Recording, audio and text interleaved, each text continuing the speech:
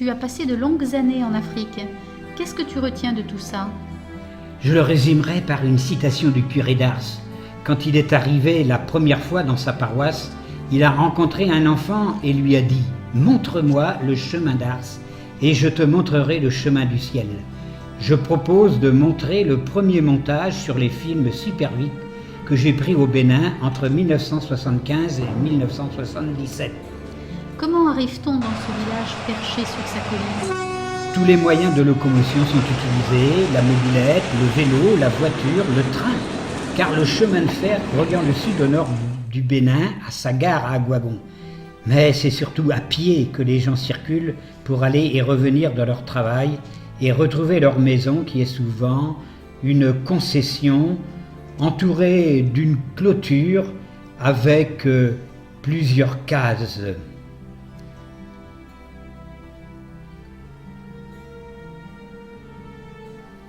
Il peut y avoir combien de personnes dans leur maison? Plusieurs générations sous le même toit? Bien sûr, 10, 12 personnes. Là, nous sommes loin d'une grande ville. Certains arrivent à mettre des tôles et à cimenter leur maison. Alors, quelles sont leurs principales occupations? J'imagine que ce sont surtout des paysans. C'est la campagne, me semble-t-il. Tout à fait. Et la plus grande occupation des villageois, c'est l'agriculture. Il faut produire de la nourriture, toute espèce de produits agricoles. Comment s'y prennent-ils pour cultiver leurs champs? À la fin de la saison sèche, chaque paysan ouvre un nouveau champ. Il débrousse une parcelle et brûle les broussailles diverses. Ici, on est dans la savane arborée, pas dans la forêt. Et dès que les premières pluies tombent, il faut labourer pour préparer les semis. À quelle époque? C'est déjà le mois d'avril, car on attend que les pluies humidifient bien la terre. Les principales productions sont l'arachide, le maïs, le manioc, l'igname et les légumes.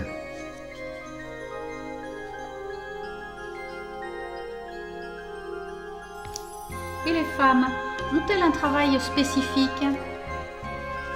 Si on suit leurs occupations, on verra effectivement que leur premier travail, le matin et le soir, c'est de faire provision d'eau, soit au puits, soit à la rivière assez proche, surtout en saison sèche car les puits tarissent.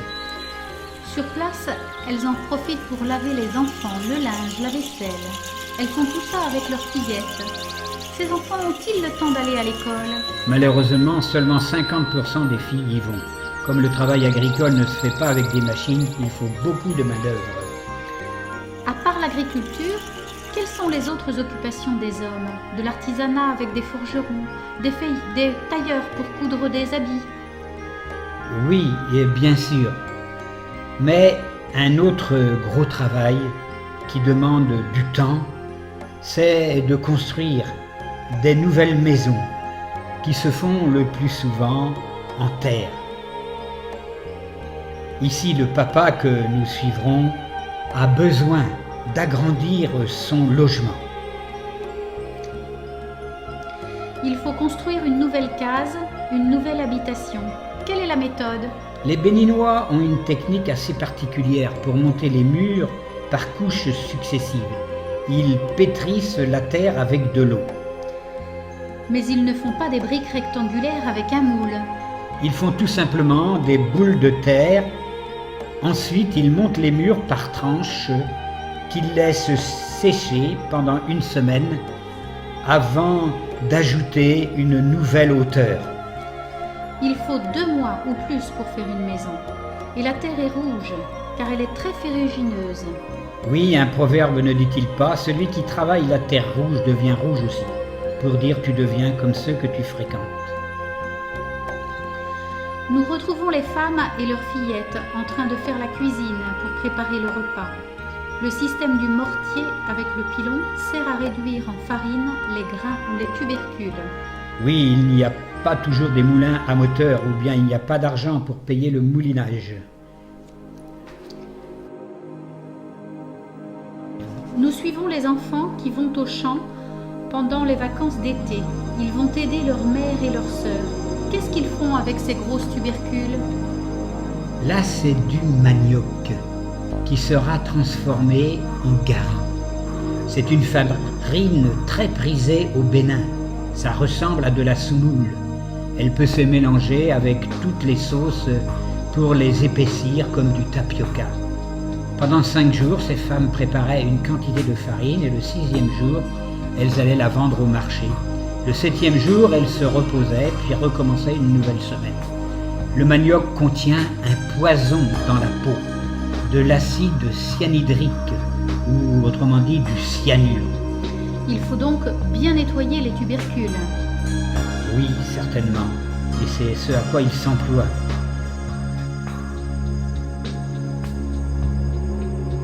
Et la bouillie qui va être mise dans un sac, c'est pour que l'eau s'écoule et libère les toxines.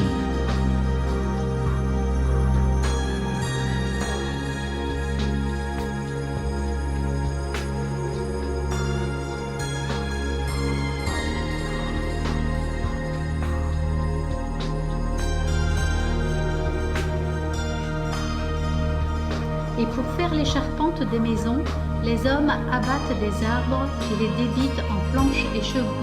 Cela fait du bois pour les menuisiers. Il y a aussi la possibilité d'acheter des planches, surtout pour les artisans et menuisiers qui font le mobilier. Mais dans les maisons, il n'y a pas beaucoup de meubles, des lits surtout.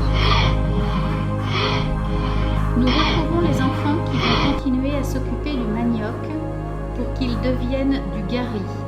Il faut le tamiser pour enlever les grosses fibres. Enfin, après un séchage au soleil, il faut finir de le sécher dans un canari au feu de bois. Bien sec, il se conserve longtemps.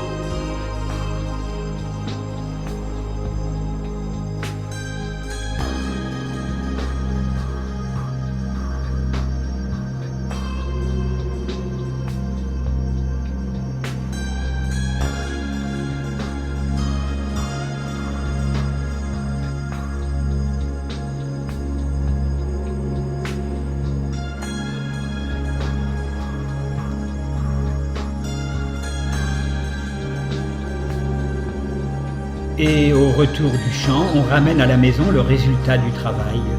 Dans les tissus, les pagnes, il y a la farine de gari, il y a aussi les boutures de manioc qui serviront à replanter un nouveau champ et d'autres produits comme des ignames. Le jour du marché, les femmes s'en vont vendre à la ville voisine car chaque semaine, le mercredi, il y avait un grand marché. Le jour du marché est un jour très important dans la vie des gens. Les femmes préparent également des boissons pour trouver des revenus. Le jour du marché, c'est un jour où il se passe beaucoup de choses. Tout le monde essaie d'avoir quelque chose à vendre, même les hommes pour pouvoir acheter ce dont il a besoin. Des chaussures, des habits, des ustensiles, des outils. C'est aussi une distraction. Est-ce qu'il y a d'autres moments plus exceptionnels de rassemblement ou de fête? Oui, et j'ai pu assister à l'intronisation d'un nouveau chef à Aguagon. Nous allons pouvoir découvrir certaines cérémonies qui se passent à cette occasion. Ça se déroule sur 2 jours espacés d'une semaine. La cérémonie se déroule sur la place du village. Quels en sont les moments forts, symboliques?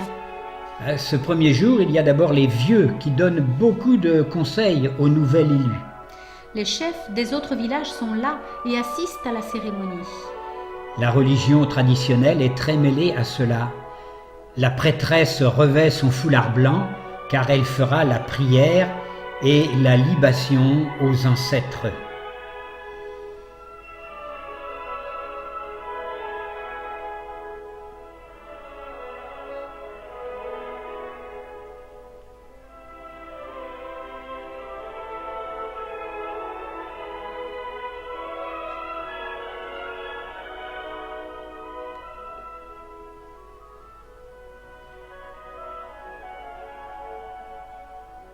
Le premier symbole, c'est le siège royal. Les vieux asseyent 3 fois le nouveau chef sur son trône et ils vont lui remettre son insigne de chef qui s'appelle une récade, deuxième symbole de son autorité.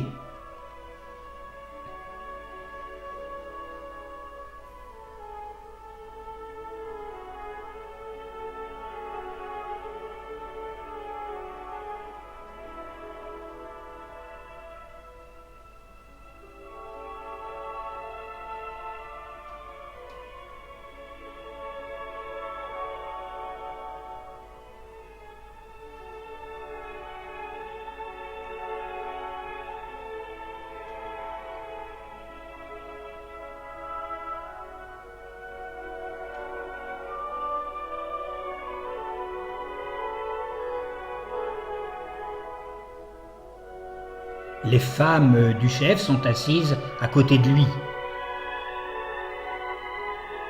Un ancien combattant aussi de la guerre 14-18.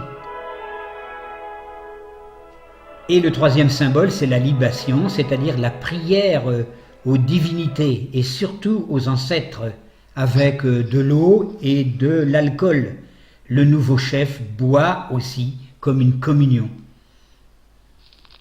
À un moment donné, les jeunes s'emparent du chef et lui font faire 3 tours de village en le portant sur leurs épaules.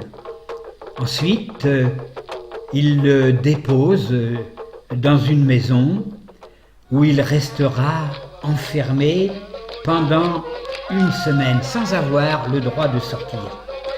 C'est là qu'on l'initie à tous les secrets de sa fonction. Même quand il est parti, la fête bat son plein avec la danse des tam-tams qui résonnent. Quoi d'autre de remarquable?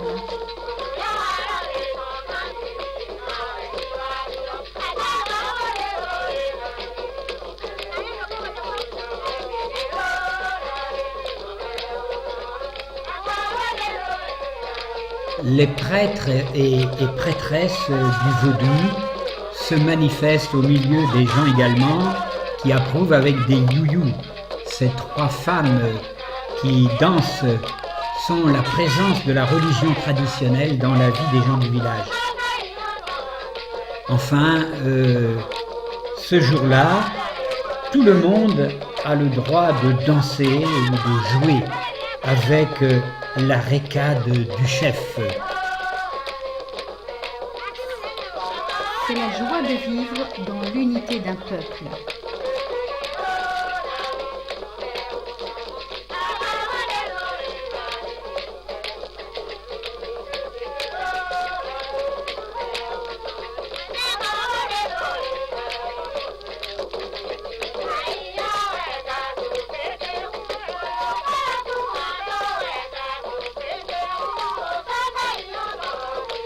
Quand ce premier jour de fête est terminé, les gens reprennent leurs activités. J'imagine qu'ils préparent le prochain jour de fête. Alors bien sûr, la maison continue à monter. Dans ce village, on trouve des personnages exceptionnels, comme cet autre ancien combattant, lui aussi de la guerre 14-18, toujours vivant à l'époque. Et comme on est déjà au début du mois d'août, il faut planter les boutures de manioc, on sème encore l'arachide et le maïs pour une deuxième récolte, et on va faire aussi la récolte des produits comme l'arachide ou bien les ignames, qui sont une grosse tubercule excellente à manger, ou le maïs de la première saison.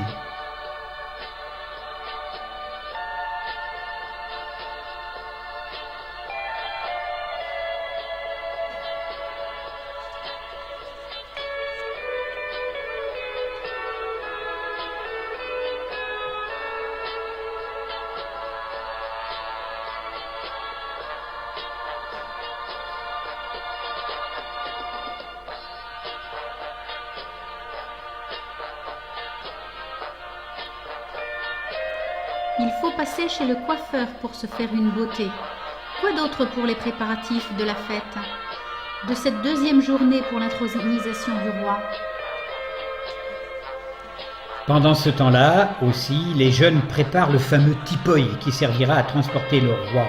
Il est fait avec un morceau de tronc de rognier, qui est un bois très très solide, dont on fait des charpentes également.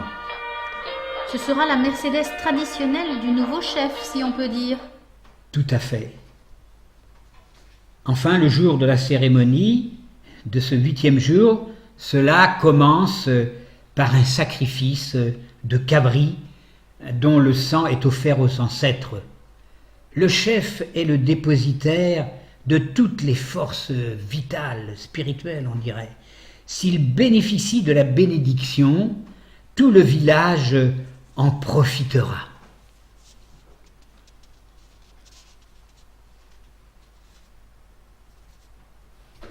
Pour faire monter l'ambiance, les coups de fusil sont tirés par ce mini-canon. Et voilà. On fait d'abord sortir le roi du couvent où il était enfermé. On lui fait franchir la porte 3 fois. Et on amène le tipoï pour le transporter de la case d'initiation à la place du village.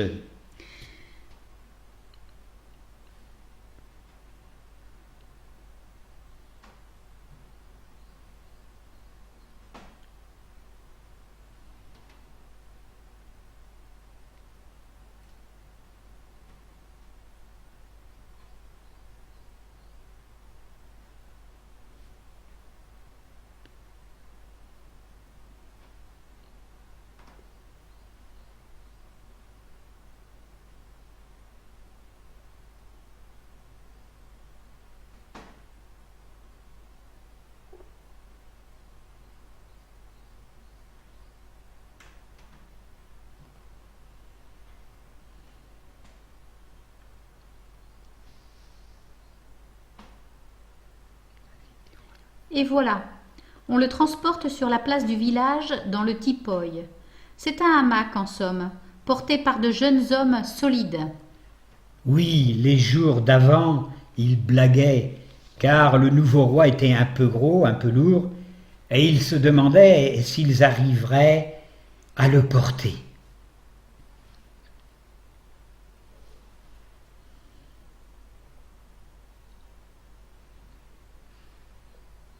Le frère du chef mène le cortège jusqu'à la place du village.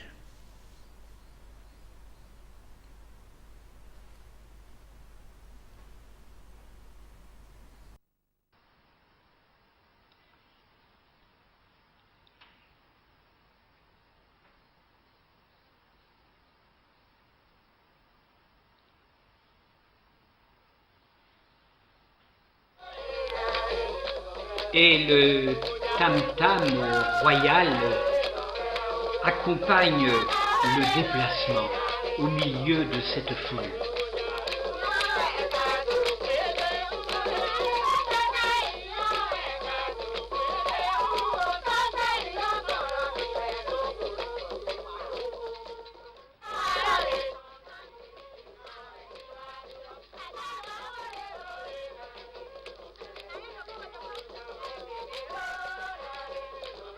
Là encore, pendant cette cérémonie d'investiture, est-ce qu'il y aura diverses expressions symboliques? Les vieux, dont le frère du chef, viennent s'incliner devant lui. C'est une marque de respect, d'allégeance. Et il y aura des femmes qui proclament ses louanges et font des vœux pour lui. Elle continue à lui donner des conseils pour que toute la vie se passe bien. Le bonheur, la prospérité de tout le village dépend de la sagesse du roi.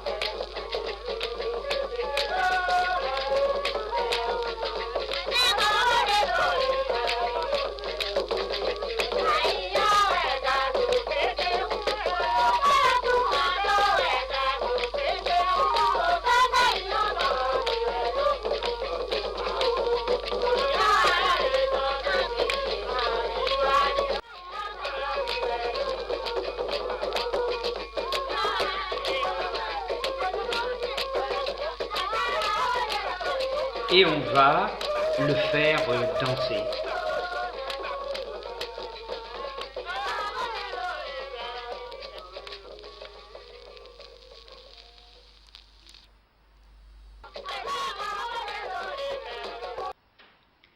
Une nouvelle période de la cérémonie va se dérouler. À un moment donné, un groupe de femmes vient de l'autre bout du village pour se rendre à la place et pour chanter les louanges du nouveau roi. Une soliste femme, notamment, va chanter d'une manière extraordinaire. Pourquoi voit-on des pièces de monnaie mises sur le front? C'est une manière de remercier et d'apprécier celui ou celle qui fait la prestation. La foule adhère aux conseils qui sont donnés en faisant des you-you. Beaucoup d'argent circule pendant ces cérémonies, donné aux uns et aux autres. Cela sert à alimenter la caisse des festivités, peut-être. Toute une foule s'adonne à la caisse d'avoir un nouveau roi. C'est un événement marquant.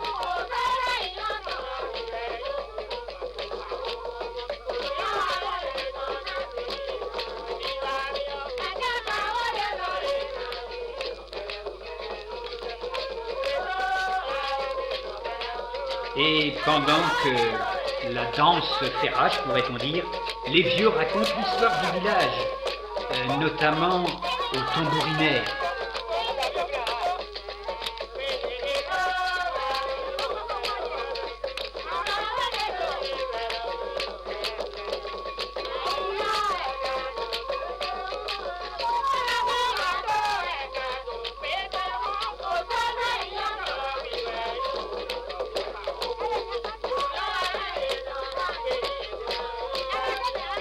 Enfin, on voit apparaître un personnage curieux qui est sans doute aussi la manifestation de la religion traditionnelle.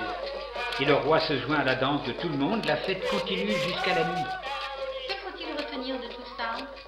Voilà un village rural du Bénin qui vit au jour le jour, à son rythme, avec ses moyens, et qui possède ses coutumes sociales, sa culture peut-on dire. Ça pèse lourd.